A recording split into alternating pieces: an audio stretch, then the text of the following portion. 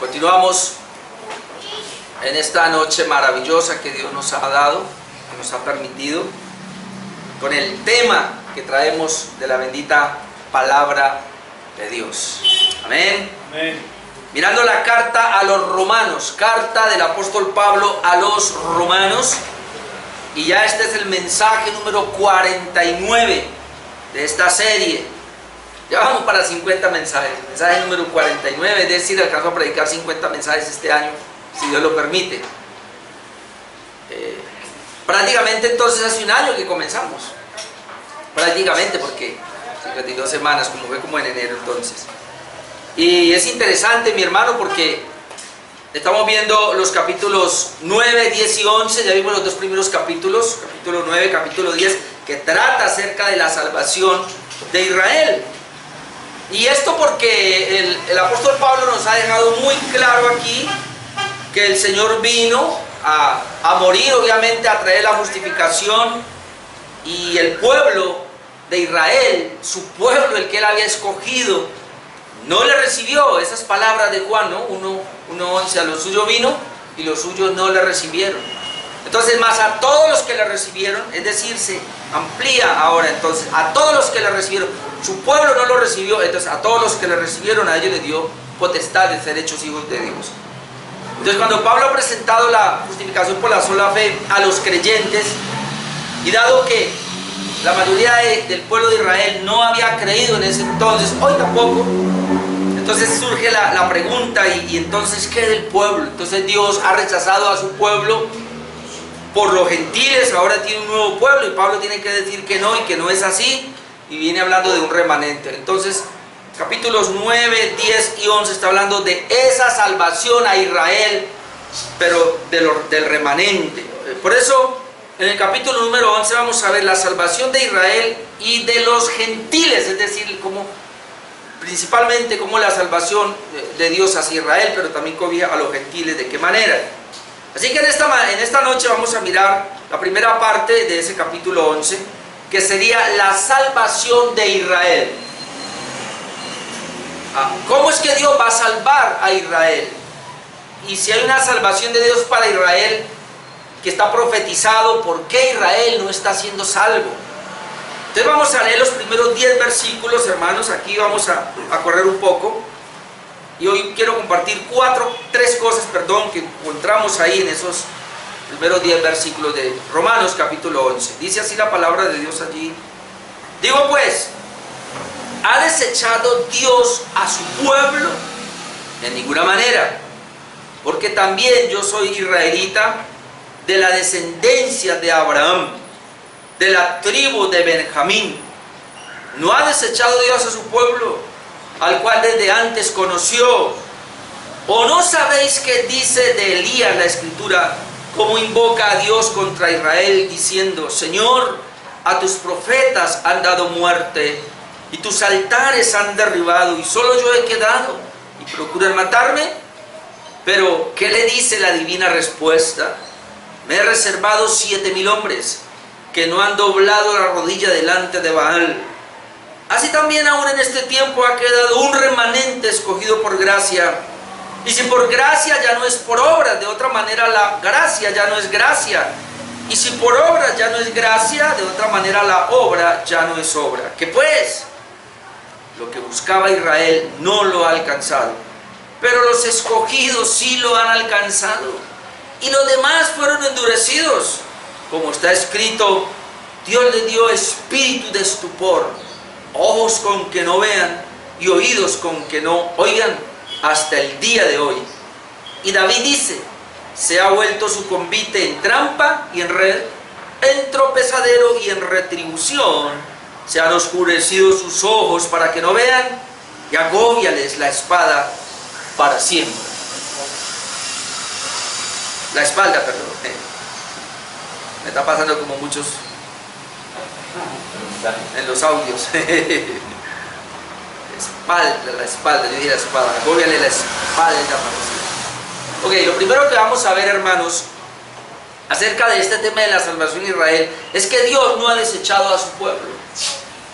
Otra vez está el objetor, y si Pablo todo lo que viene enseñando acerca de la salvación y que se necesita ser justificado solamente por la fe, y que la ley no sirve, y que las obras de la ley no sirven para ser justificado. Y ocurre que la gran mayoría de Israel no cree en esa enseñanza suya, es decir, no creen en el Evangelio, y ellos siguen actuando bajo una ley que usted dice que ya caducó. Entonces, ¿quiere decir de que Israel no es salvo? ¿Quiere decir de que Dios desechó a Israel por los gentiles? Ahora esa es la gran pregunta que le hacen a Pablo, y él tajantemente contesta que no. Entonces, primer punto, Dios no ha desechado a su pueblo. Ahora, esto es peligroso, porque cuando yo digo Dios no ha desechado a su pueblo Israel, automáticamente, y si no se tiene claro el contexto de lo que venimos diciendo, pero la gran mayoría va a pensar, pues ¿cómo lo va a desechar si es su pueblo? Es decir, muchos tienden a decir que aún Israel no crea, es el pueblo de Dios, y Él no lo puede desechar. Pero vamos a mirar a qué pueblo es que se está refiriendo Israel. El apóstol Pablo entonces nos da dos ejemplos del por qué Dios no ha desechado a Israel, a su pueblo Israel, es decir, cómo es la salvación para ellos.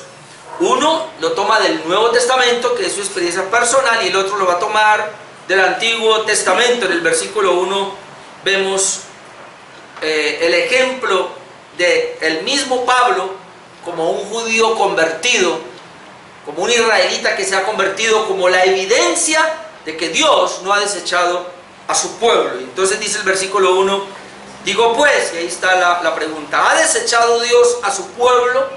Ahora esta respuesta ya la hemos visto varias veces de una manera tajante, dice en ninguna manera.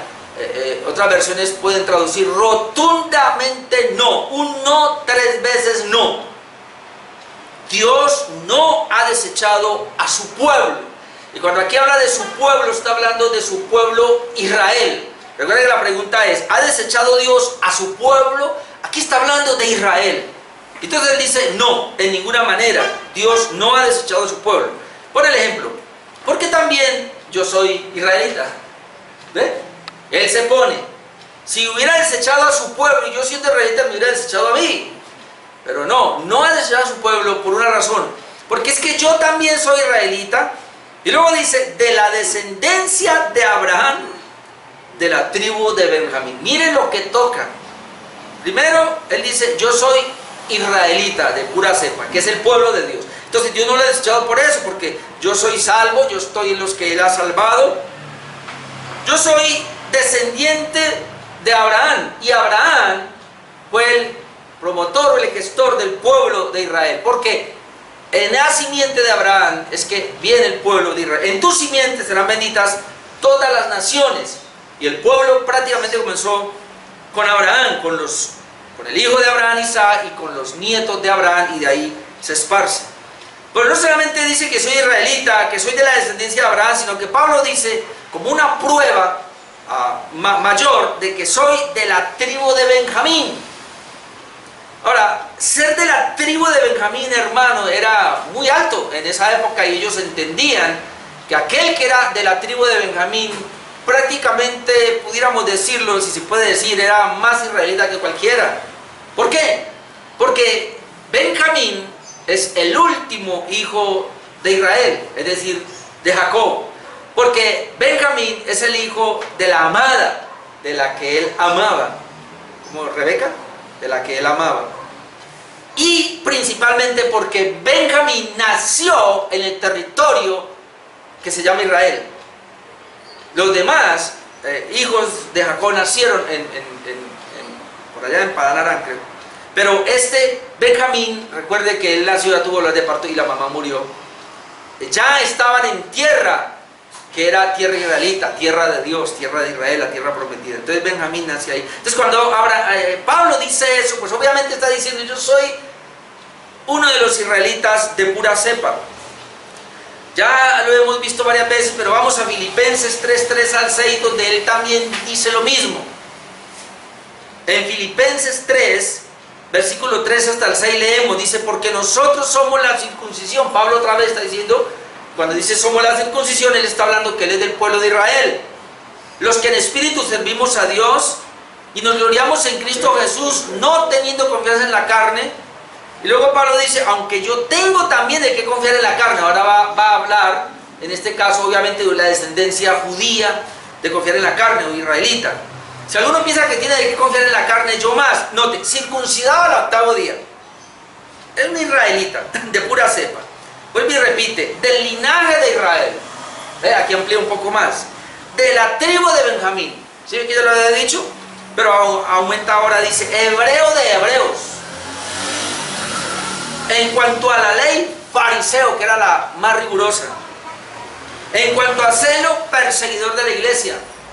En cuanto a la justicia, que es en la ley, irreprensible. Es decir, Pablo, cuando saca sus credenciales como un israelita, dice, él cumplía todo esto, lo que se requería para ser un genuino israelita. Entonces le está diciendo, el primer ejemplo que pone del Nuevo Testamento, como Dios, ¿cómo va a haber desechado a su pueblo si salvó a un israelita de pura cepa y soy yo? Y esa es una prueba tajante para decir que Dios no desechó a su pueblo. El otro ejemplo es Isaías, y ahora lo pone en los tiempos caóticos de Isaías, versículo 2 al 4, donde dice, no ha desechado Dios a Israel, otra vez, Romanos 10, 2, ¿no? Romanos 11, 2. No ha desechado Dios a su pueblo, vuelve y lo ratifica, al cual desde antes conoció, y la misma palabra para amó. Otra vez, Dios no desechaba a su pueblo. ¿Por qué? Porque Él lo conoció desde antes. Lo mismo leíamos en Romanos 2, a los que antes conoció, a esos predestinó.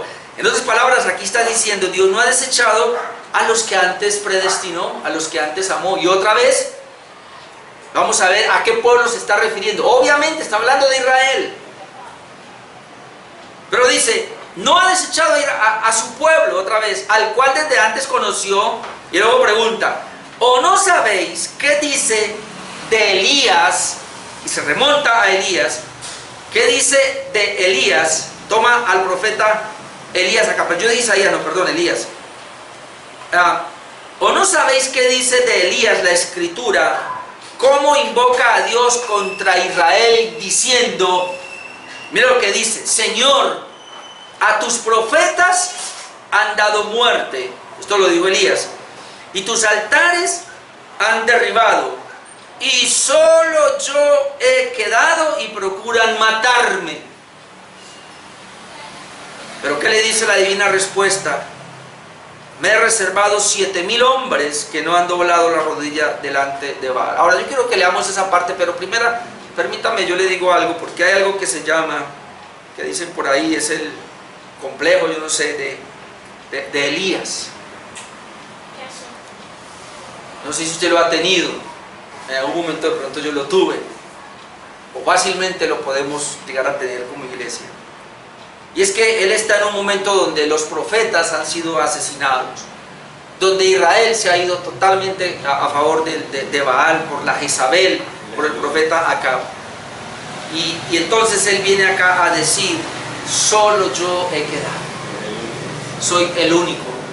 Yo he escuchado esto, en algún momento yo me sentí raro, porque cuando yo decía, pero esta no sirve, esta tampoco, pero ¿quién tiene la verdad? Yo decía, Señor, yo estoy mal, ¿será que yo estoy errado? Gracias a Dios, porque cuando conozco la Reforma me di cuenta que no, yo sí veía algo raro por allá, pero no tenía ese complejo. Pero de pronto fácilmente hay pastores que lo pueden tener, hay iglesias que lo pueden tener. La única iglesia que salva es esta, el único pastor que tiene la verdad es mi pastor, ¿no? Muchas personas son así. Y ese es ese complejo del profeta Elías, que él decía, nadie más hay, soy el único profeta de Dios. Y como si fuera poco, me van a matar, me están persiguiendo para matarme. Ay, si eso llegase a pasar, ¿qué hará Dios, no? Se queda sin su profeta. Pero hay gente que cree eso, o de pronto no lo pronuncia, pero muy dentro de sí están pensando, ay, ¿qué haría Dios sin mí? Fácilmente pudieran decir eso. Ahora, ¿dónde está eso, hermano? Y déjeme, yo lo leo, porque es que esto toca leerlo, hermanos. Vamos a ir entonces a Primera de Reyes 19. Haga tiempo para que vayan. Primera de Reyes 19. Vamos a leer desde el versículo 1. Primera de Reyes 19, versículo 1, para que veamos a donde Pablo se está refiriendo aquí al profeta Elías, de que prácticamente como si Israel fuese desechado, no hay nadie. Y aunque pensaban que no había nadie ya, que Dios había abandonado al pueblo de Israel en tiempo del rey Acab y la Jezabel. Pero entonces hay un profeta, y ese profeta obviamente tiene delirio y él está diciendo, solo quedo yo. Vamos a ver. Dice Primera de Reyes 19:1. Acab dio a Jezabel la nueva de todo lo que Elías había hecho. Ok, él está hablando aquí en el 19, porque en el 18, ¿qué fue lo que hizo Acab? Congregó a todos los profetas de Baal y a los de Astarot y los degolló. 850 profetas degolló y fueron y le dijeron a la Jezabel, y la Jezabel, entonces aquí está el problema. Entonces dice, Acab dio a Jezabel la nueva de todo lo que Elías había hecho y de cómo había matado a espada a todos los profetas que tenía la Jezabel de Baal. Entonces dice, envió Jezabel a Elías un mensajero diciendo, vea, así me hagan los dioses y aún me añadan, si mañana a estas horas yo no he puesto tu persona como la de ellos, es decir, igualito que hizo con mis profetas, voy a hacer con usted. Hermano, y esa mujer tenía poder. Y entonces dice, viendo pues el peligro, en este caso Elías se levantó y se fue para salvar su vida. Usted puede ver a Elías ahí huyendo. Entonces muchos se han cuestionado, pero ¿cómo? ¿Mató más de 400? Bueno, no, yo sé que eran 850 profetas, pero ahí dice que degolló a los de Baal. Bueno, por lo menos 450 profetas de Baal los degolló. Y ahora vemos por el mandato o por la amenaza de una mujer, sale huyendo. Vino pues, dice, viendo pues el peligro, se levantó y fue para salvar su vida. Y vino a Berseba, que está en Judá, y dejó allí a su criado. Y él se fue por el desierto un día de camino. Y vino y se sentó debajo de un enebro. Y note, y deseando morirse, dijo, basta ya, Jehová, quítame la vida, pues no soy yo mejor que mis padres. Note, ya definitivamente esta mujer me va a encontrar en algún lado y me va a matar, prefiero entonces yo morirme antes. Dice el verso 5, y echándose debajo del enebro se quedó dormido, y aquí luego un ángel le tocó y le dijo, levántate, come. Entonces él miró y he aquí a su cabecera una torta cocida sobre las ascuas y una vasija de agua, y comió y bebió y volvió a dormirse. No quería hacer nada. Y volviendo el ángel de Jehová la segunda vez le tocó diciendo, levántate y come, porque largo camino te resta. Se levantó pues y comió y bebió, y fortalecido con aquella comida, note esto, caminó 40 días y 40 noches hasta Horeb, el monte de Dios. Por ese desierto, 40 días y 40 noches caminó hasta el monte de Dios. Allí se metió en una cueva donde pasó la noche, y vino a él palabra de Jehová, la cual le dijo, note, viene Dios y le dice, ¿qué haces aquí, Elías? Él respondió, he sentido un vivo celo por Jehová, Dios de los ejércitos, es decir, porque él había matado a sus profetas, porque los hijos de Israel han dejado tu pacto. Se da cuenta, han dejado el pacto, es decir, ya no están con Israel porque violaron con Dios porque violaron el pacto. Han derribado tus altares y han matado a espada a tus profetas, y solo yo he quedado y me buscan para quitarme la vida. A esa es la referencia que hace Pablo. Solo yo he quedado, es decir, no hay nadie, es decir, en otras palabras, no hay pueblo de Dios. El único pueblo de Dios sería yo, pero no hay pueblo de Dios. Ahora note lo que dice el verso 11. Y le dijo, sal fuera y ponte en el monte delante de Jehová. Y he aquí Jehová que pasaba, y un grande y poderoso viento que rompía los montes y quebraba las peñas delante de Jehová. Pero Jehová no estaba en el viento. Y tras el viento un terremoto, pero Jehová no estaba en el terremoto. Tras el terremoto un fuego, pero Jehová no estaba en el fuego. Y tras el fuego un silbo apacible y delicado. Cuando lo oyó Elías, cubrió su rostro con su manto. Recuerde que no hay hombre que vea a Dios y quede vivo. Y salió y se puso a la puerta de la cueva. Y he aquí vino a él una voz diciendo otra vez, ¿qué haces aquí, Elías? Él respondió lo mismo, he sentido un vivo celo por Jehová, Dios de los ejércitos, porque los hijos de Israel han dejado tu pacto, han derribado tus altares, han matado a espada a tus profetas, y solo yo he quedado y me buscan para quitarme la vida. Solo yo he quedado. Y le dijo Jehová, ve, vuélvete por tu camino, por el desierto de Damasco, y llegarás y ungirás a Hazael por rey de Siria. Ahí hay un siervo mío que llama Hazael. A Jehú, hijo de Nimsi, ungirás por rey de Israel. Con él también voy a trabajar. Y a Eliseo, hijo de Safat, de Abel Meola, ungirás para que sea profeta en tu lugar. No estás solo. Hay otro profeta que te va a reemplazar. Y el que escapare de la espada de Hazael, Jehú lo matará. Y el que escapare de la espada de Jehú, Eliseo lo matará. Y aquí está. Y yo haré que quede en Israel 7,000 cuyas rodillas no se doblaron ante Baal y cuyas bocas no lo besaron. Note qué es lo que está diciendo Dios aquí. ¿Ha quedado solo? No, Señor. Y aquí es donde comienza a hablar de un remanente. En tiempo de Elías, así todo el mundo se vaya tras Baal, para Astarot, para todos estos reyes de los amorreos y todo eso. Así que de un solo profeta, aparentemente, déjeme decirle que yo, dice el Señor, me he reservado a 7,000 cuyas rodillas no se doblarán ante Baal. Y haré que queden en Israel 7,000. Ahora, esta palabra 7,000 no se refiere solamente a profetas o a varones, ahí incluye hombres, mujeres y niños. Y este 7,000 sabemos que es un número perfecto, es un número redondo, donde él lo que está diciendo, ese 7,000 lo que él está diciendo es, yo tengo a mi pueblo.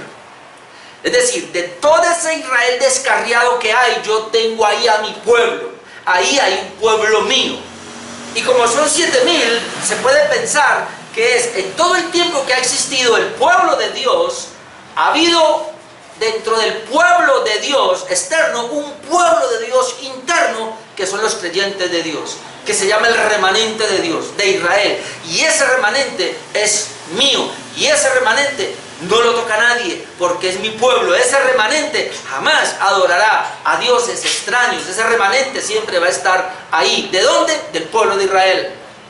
Ahora, apliquémoslo ahora. Cuando Pablo toma esta experiencia, lo que él está diciendo es eso, que ha abandonado Dios a Israel, ha desechado a Israel, porque no están creyendo ahora. Pablo dice, no, Señor.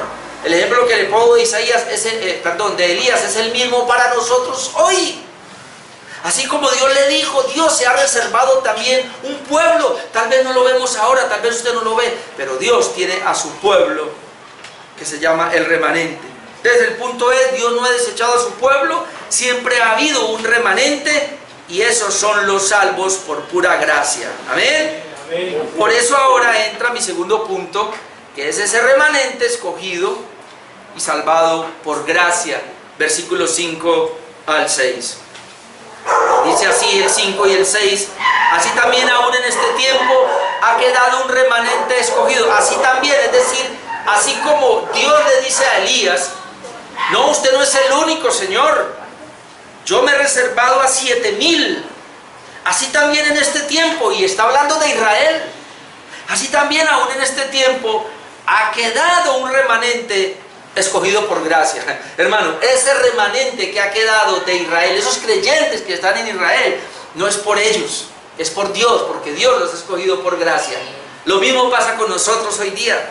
Ese remanente escogido por gracia, y luego aclara, y si por gracia ya no es por obras, es decir, ellos no pueden ahora pretender que es porque Dios vio en ellos algo, o porque ellos cumplieron mejor la ley que los otros. No, es por pura gracia, ya no es por obras. Luego sigue explicando, porque de otra manera la gracia ya no sería gracia. Es decir, si dice que es gracia, pero le mete obras, entonces ya no es gracia. Y si dice que es por obras y le mete gracia, entonces ya no es obra. ¿Cuál es el punto aquí entonces? Que así como allá, es decir, con Elías, también en tiempo de Pablo, y hoy también en tiempo de nosotros, Dios, tanto de judíos como de gentiles, tiene un remanente escogido por gracia y no por obras o méritos humanos. Ese remanente, hermanos, ha sido mencionado varias veces en la Escritura. Pablo lo ha mencionado y también otros apóstoles. Mire quién lo mencionó, por ejemplo, 1 de Pedro 3:20 habla de ese remanente. Dice, los que en otro tiempo desobedecieron cuando una vez esperaban la paciencia de Dios en los días de Noé, mientras se preparaba el arca, en la cual pocas personas, es decir, 8, fueron salvadas por agua.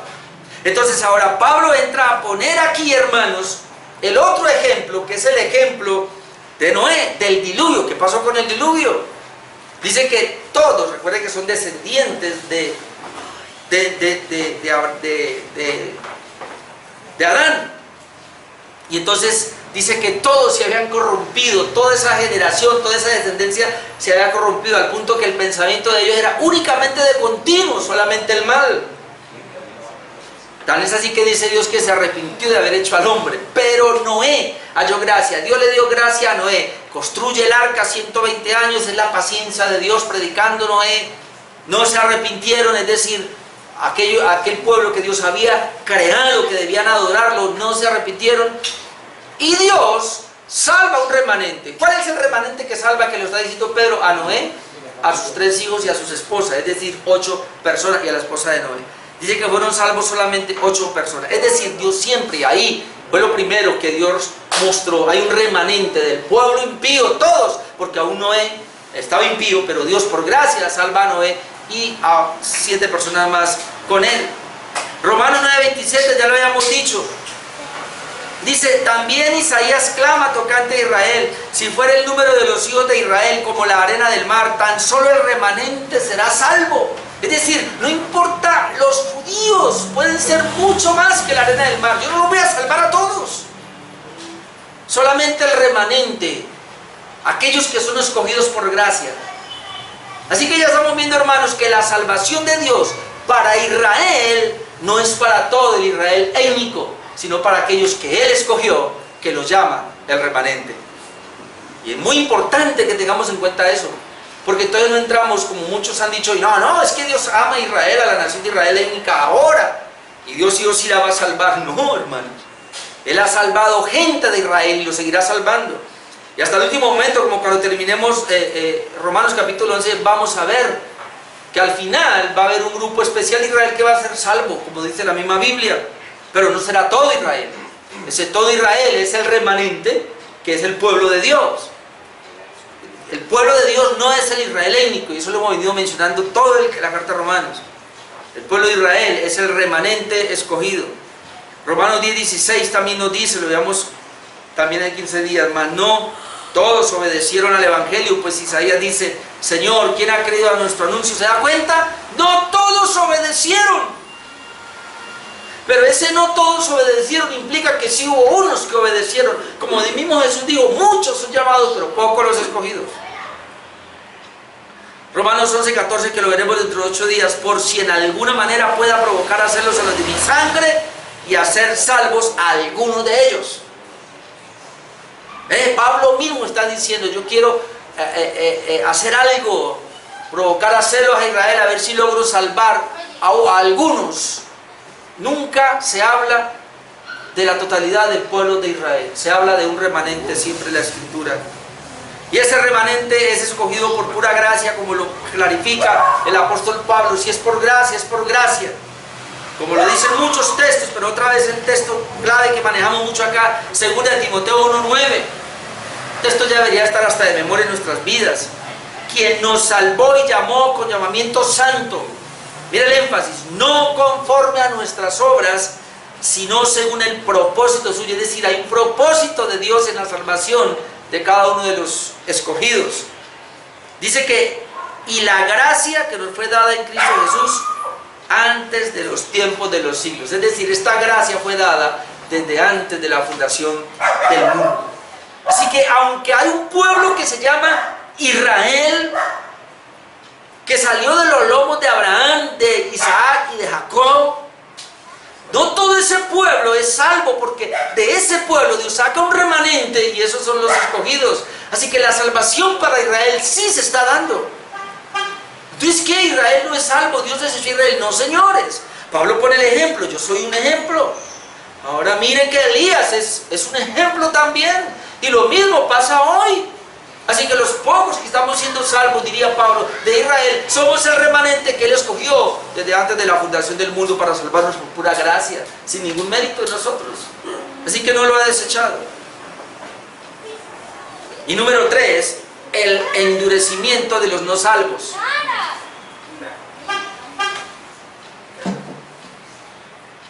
Y otra vez de Israel. Hermano, este punto es duro. El endurecimiento de los no salvos. Y otra vez, ahí está toda la nación de Israel y vamos a pensar todos los tiempos. De esa nación de Israel en todos los tiempos, Dios siempre ha salvado a algunos por gracia, se llama su remanente. Pero a los demás, Dios mismo los endureció para no salvarlos. Y sé que esto es duro lo que estoy diciendo. Otra vez, porque pensamos que Israel es la niña de los ojos de Dios, que Israel es el pueblo especial. No estamos maldiciendo a Israel para nada, porque alguno va a pensar que esto es maldecirlo, no. Estamos diciendo lo que la Escritura claramente dice. Entonces, el punto número 3 es el endurecimiento de los no salvos. Y hay varias cosas, versículos 7 al 10, hay varias cosas. Lo primero que vemos aquí es que solo los escogidos alcanzaron la salvación, pero los demás fueron endurecidos. Mire ese obrar de Dios, hermano, porque es Dios. Cuando uno habla así, la gente inmediatamente dice, no, es el hombre el que se endurece. Y uno tiene que decir que sí, pero también Dios. ¿De qué manera? Vamos a ver. Versículo 7. ¿Qué pues? Después de lo que viene diciendo, remanente escogido solo por gracia, pura gracia. Entonces, ¿qué pues? Y aquí está. Lo que buscaba Israel no lo ha alcanzado. Israel quería ser, ahí sí digamos, Israel quería ser la niña de los ojos de Dios. Pero lo que Israel buscaba no lo ha alcanzado. Pero los escogidos sí lo han alcanzado. ¿Dios desechó a Israel? No. Lo que Israel como nación, como etnia buscaba, no lo alcanzó. Pero los escogidos de ese pueblo, el remanente de Israel, sí lo alcanzó. Sí lo ha alcanzado. Uno quisiera que se quedara ahí nomás, ¿sí o no? Y los demás fueron endurecidos. Padre Santo. Y los demás fueron endurecidos. Ahora uno entiende, el que está conmigo, recoge conmigo, el que no recoge conmigo, desparrama. El que es mi amigo y si no es mi enemigo. En el Apocalipsis tenemos esto, o me eres frío o me eres caliente. Es decir, o estás conmigo o estás contra mí. Pero no hay una tibieza, en la mitad no hay nadie. Por eso el Evangelio, hermanos, es tan drástico y tan serio. Y por eso nosotros, hermanos, debemos ser tan con Dios, o totalmente allá con el Señor, o mejor no nos metamos en este negocio. Porque así es. Nueva Versión Internacional dice que concluiremos, pues que Israel no consiguió lo que tanto deseaba, pero sí lo consiguieron los elegidos de Israel, hermanos. Los demás fueron endurecidos. Ahora Pablo aquí reitera lo que ya había dicho. Y es cuestión de ir a Romanos 9 a 30-31 y luego nos devolvemos a Romanos 9, 6, 7. Romanos 9, 30-31 dice: ¿qué pues diremos? Y aquí está el punto: que los gentiles que no iban tras la justicia han alcanzado la justicia. Es decir, la justicia que es por la fe. Mas Israel, que iba tras una ley de justicia, no la alcanzó. Romanos 9, 6 y 7. No que la palabra de Dios haya fallado, porque no todos los que descienden de Israel son israelitas, ni por ser descendientes de Abraham son todos hijos, sino que en Isaac será llamada descendencia. Veo que ya lo había visto. Entonces, aquí sencillamente le está reiterando lo que ya había dicho. Ahora Pablo acude a 3 referencias del Antiguo Testamento como prueba de lo que él viene diciendo. En el versículo 8 toma a Moisés y toma a Isaías, que en su tiempo todos fueron incrédulos. Por lo menos uno lo miraba así. En este tiempo de Moisés y de Isaías Todos estaban tan endurecidos, eran tan incrédulos, que hay una palabra de Dios. Vamos con Moisés, Deuteronomio 29, 2, 4. Porque Pablo toma allá, versículo 8, como está escrito, Dios, hermano, yo subrayé esa palabra, como está escrito, Dios, es Dios, ¿no? Les dio un espíritu insensible. Estoy leyendo una versión internacional. Con los ojos que no puedan ver, con oídos con los que no puedan oír, hasta el día de hoy. Leamos de la Reina Valera. Como está escrito, Dios les dio espíritu de estupor, ojos con que no vean y oídos con que no oigan, hasta el día de hoy. Viene hablando del remanente que es salvo, que es escogido por gracia. Pues luego va a decir que a los demás son desechados.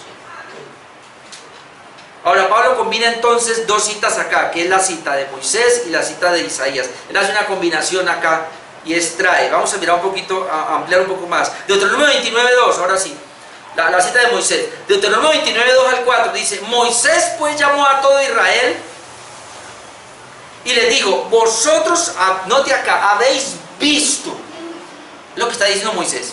Le dice a Israel: vosotros habéis visto todo lo que Jehová ha hecho delante de vuestros ojos en la tierra de Egipto a Faraón y a todos sus siervos y a toda la tierra. Si ustedes lo han visto, les dice Moisés, las grandes pruebas que vieron vuestros ojos lo vieron, las señales y las grandes maravillas que vuestros ojos vieron, ¿no? Pero hasta hoy Jehová no os ha dado corazón para entender, ni ojos para ver, ni oídos para oír. A esa referencia va Pablo. Ellos vieron todos los milagros en Egipto, pero no entendieron. Ellos vieron, pero no vieron. Oyeron, pero no oyeron. Comprendieron, pero no comprendieron. Es decir, ellos lo vieron como algo natural, más espiritualmente no. Y Pablo está usando eso. Y está pasando lo mismo hoy. El Mesías lo tuvieron en sus narices, vieron que hizo los mismos señales y milagros que hizo Moisés, pero lo mataron. Y luego combina Isaías 6, 9 al 10, que cuando yo predicaba esto el domingo en Tuluá, como Dios se le manifiesta a Isaías, tiene una gran visión de ser Dios exaltado, 3 veces santo. Y luego veíamos como Isaías ve la grandeza de Dios, Isaías se ve cuán pecador es él. Soy muerto porque soy hombre de labios impíos. Pero luego Isaías oye la voz de Dios, escucha el llamado de Dios, y luego Isaías se ofrece como voluntario. Y luego el versículo 9 y 10, eso es Isaías 6, 8, ¿no? Ahora el versículo 9 y 10 dice así, después de que Isaías dice: Señor, heme aquí, envíame a mí. Cuando Dios dice así, heme aquí, envíame a mí, entonces dice, y le dice el Señor, y dijo: anda, está bien, ve en misión. ¿A quién enviaré y quién irá por nosotros? Responde: yo voy a ir, listo, vaya. Va a ir en misión. Dios mío, que no me va a tocar a mí eso, ¿no? Porque lo manda en misión y le dice: vaya, evangelícenme a este pueblo. Dígale así: oíd bien y no entendáis. Ved por cierto, mas no comprendáis. Engruece el corazón de este pueblo y agrava sus oídos y ciega sus ojos. A eso lo mandó, para que no vean con sus ojos, ni oigan con sus oídos, ni su corazón entiendan y se conviertan y haya para él sanidad. En otras palabras, Isaías, yo te voy a enviar a una misión de predicarles acerca de mí. Para nosotros ya predicar el evangelio, pero ellos, aunque te oigan, no te van a oír, aunque te vean, no van a ver, aunque entiendan, no van a entender. Es decir, todo va a ser natural, pero no va a haber nada espiritual. Es decir, no va a haber salvación para nadie, porque la idea es no salvarlos. Uno dice: ¿cómo? ¿Cómo así? ¿Dios va a enviar a predicarle a un pueblo impío para no salvarlos, sino para hacer todo lo contrario? Bueno, a eso es que se refiere Pablo cuando está diciendo: a los escogidos los salvó y a los demás los endureció. Ese es el endurecimiento. El endurecimiento de Dios es que la gente viendo no verán, oyendo no oirán, con el corazón se va a engrosar para que ellos no puedan entender nada de la palabra de Dios. ¿Quiere usted tener la seguridad de que es salvo? Los que me están viendo por... ¿Quieren saber si realmente son salvos ustedes? Yo pregunto, ¿está entendiendo el Evangelio? ¿Entiende la palabra? Fue lo que le dijo Felipe al etíope, ¿no? Iba leyendo Isaías y le dice, explíqueme esto, y entiende lo que lees. Y si no me explican cómo, él le explicó. Y entonces le pregunta, ¿crees esto? Y dice, claro. ¿Dónde hay agua para que me bautice? Él entendió claramente. Tiene que haber gente que explique el Evangelio y los demás entienden. Pero hay gente que uno le explica y no la cogen. Hermanos, yo he tenido gente en esta iglesia, he tenido gente en Tuluá.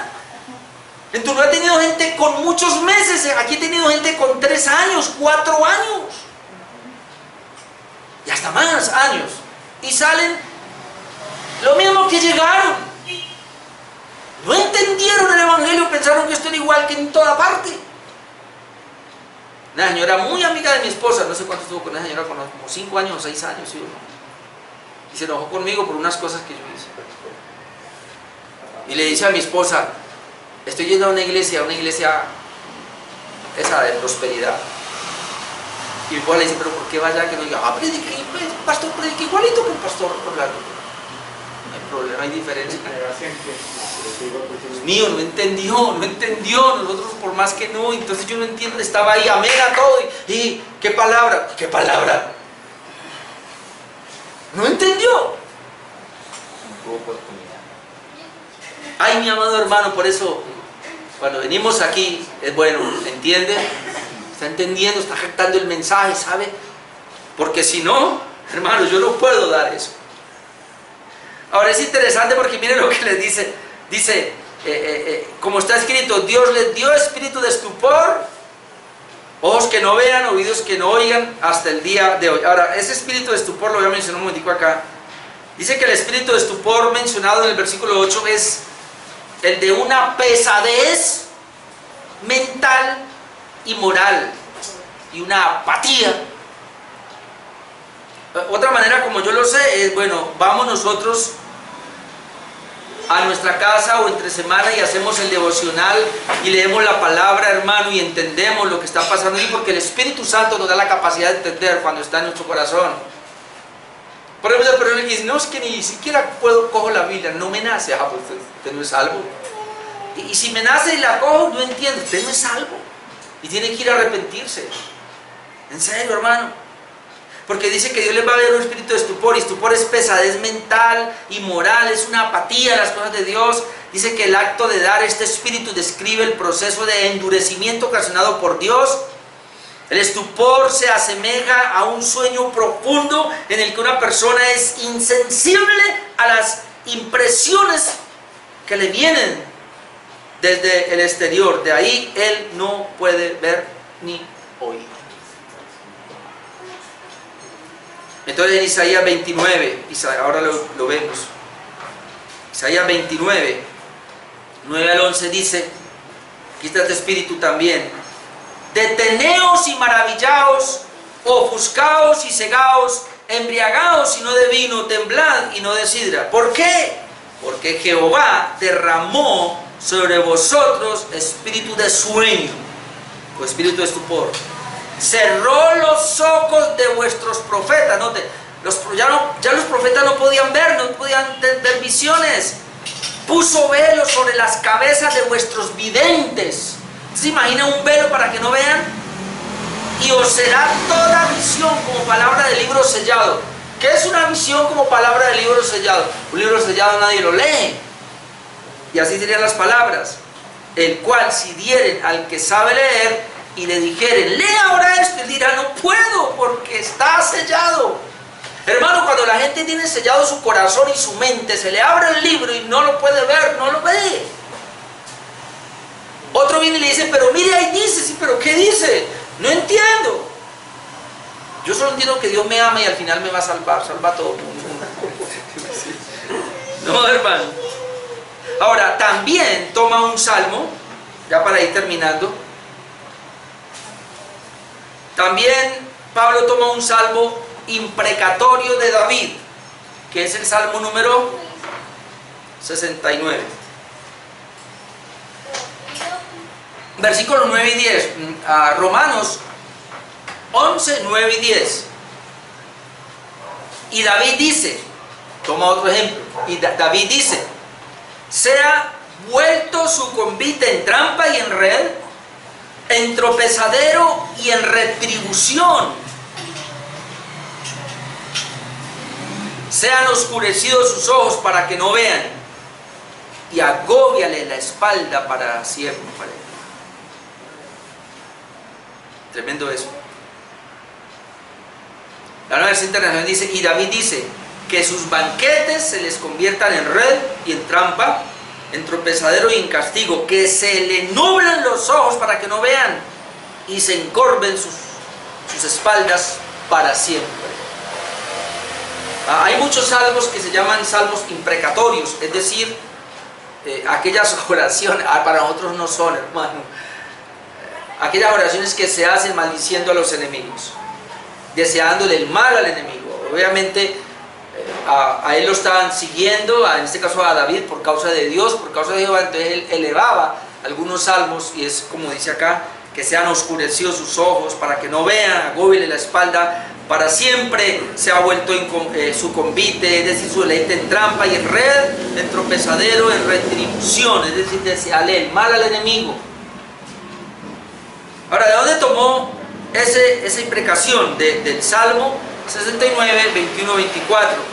Mire lo que dice, Salmo 69, 21 hasta el 24.